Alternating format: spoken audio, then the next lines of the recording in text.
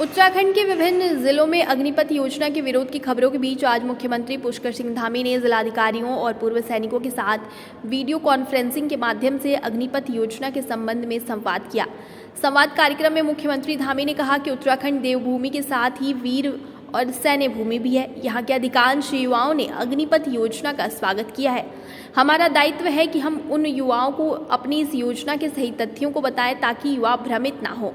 उन्होंने कहा कि प्रधानमंत्री नरेंद्र मोदी ने सभी निर्णय देश हित में लिए हैं। लंबे समय तक लंबित वन रैंक वन पेंशन के संबंध में उनके द्वारा ही निर्णय लिया गया। उन्होंने कहा कि चयनित अग्निवीरों में से 25% तो नियमित किए ही जाएंगे, बाकी 75% के लिए विभिन्न अर्धसैन्य बलों, राज्यों के पुलिस बलों और अन्य संस्थानों में व्यवस्था की जा रही है। सेना के अनुशासन में प्रशिक्षित अग्निवीर को सभी जगह निश्चित तौर पर प्राथमिकता मिलेगी। हल्द्वानी से वीसी में शामिल उत्तराखंड पूर्व सैनिक लीग नैनीताल के अध्यक्ष मेजर भूपाल सिंह रौतेला ने कहा कि यह आवश्यक है कि उत्तराखंड के युवाओं को अग्निवीर योजना के सभी पहलुओं पर विस्तार से जानकारी दी जाए।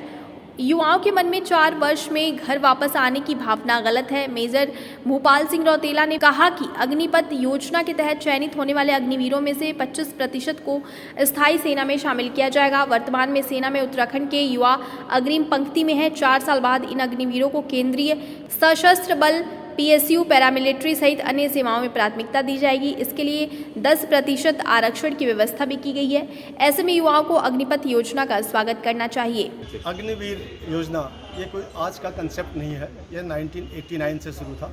उसके बाद में जब 99 में कारगिल युद्ध लड़ा गया तो कारगिल रिव्यू कमेटी ने जो अपनी रिपोर्ट दी थी उसमें भी एक बहुत अहम महत्वपूर्ण बिंदु था कि इंडिया को हमेशा यंग आर्मी मेंटेन किया जाए। आज के डेट में जो भारत की सेना की औसत आय है वो 32 वर्ष है।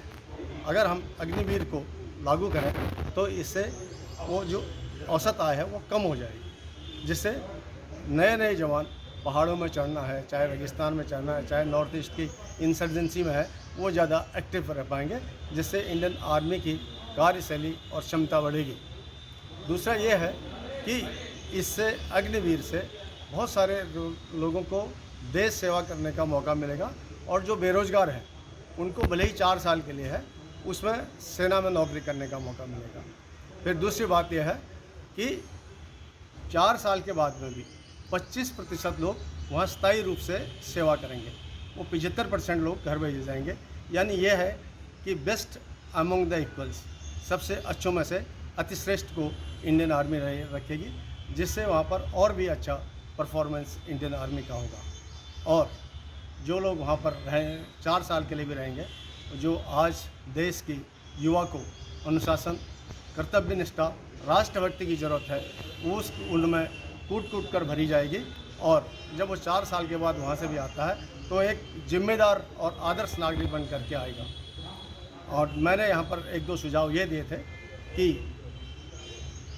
जो रिजर्वेशन का आरक्षण कह रहे हैं, इस आरक्षण के बजाय जब वो 4 साल में घर आ रहा होता है, अगर उसको तभी, चाहे वो केंद्रीय सशस्त्र बलों में है, BSF, ITBP, SSB, Assam rifle या पब्लिक सेक्टर में जहाँ भी है, अगर उसको उधर से ही भेज दें तो शायद उनका भविष्य और सिक्योर होगा और वो लोग अपने भविष्य के प्रति निश्चिंत रहेंगे। लेकिन उत्तराखंड के युवाओं को आज समझाने की ज़रूरत है कि अग्निपथ उनके कितने हित में है, उनसे उनको क्या क्या लाभ होगा। और साथ ही साथ अगर सेना में कमीशन के लिए उत्तराखंड छोटा सा राज्य देश के अन्य राज्यों से अग्रणी पंक्ति में रहता है, तो उत्तराखंड के युवाओं के लिए अग्निपथ में सिलेक्शन होना मामूली बात है। और मैं तो ये चाहता हूँ कि जो 25% सिलेक्शन होगा स्थायी रूप से सेवा करने के लिए, उसमें उत्तराखंड के अधिक से अधिक युवा को मौका मिले।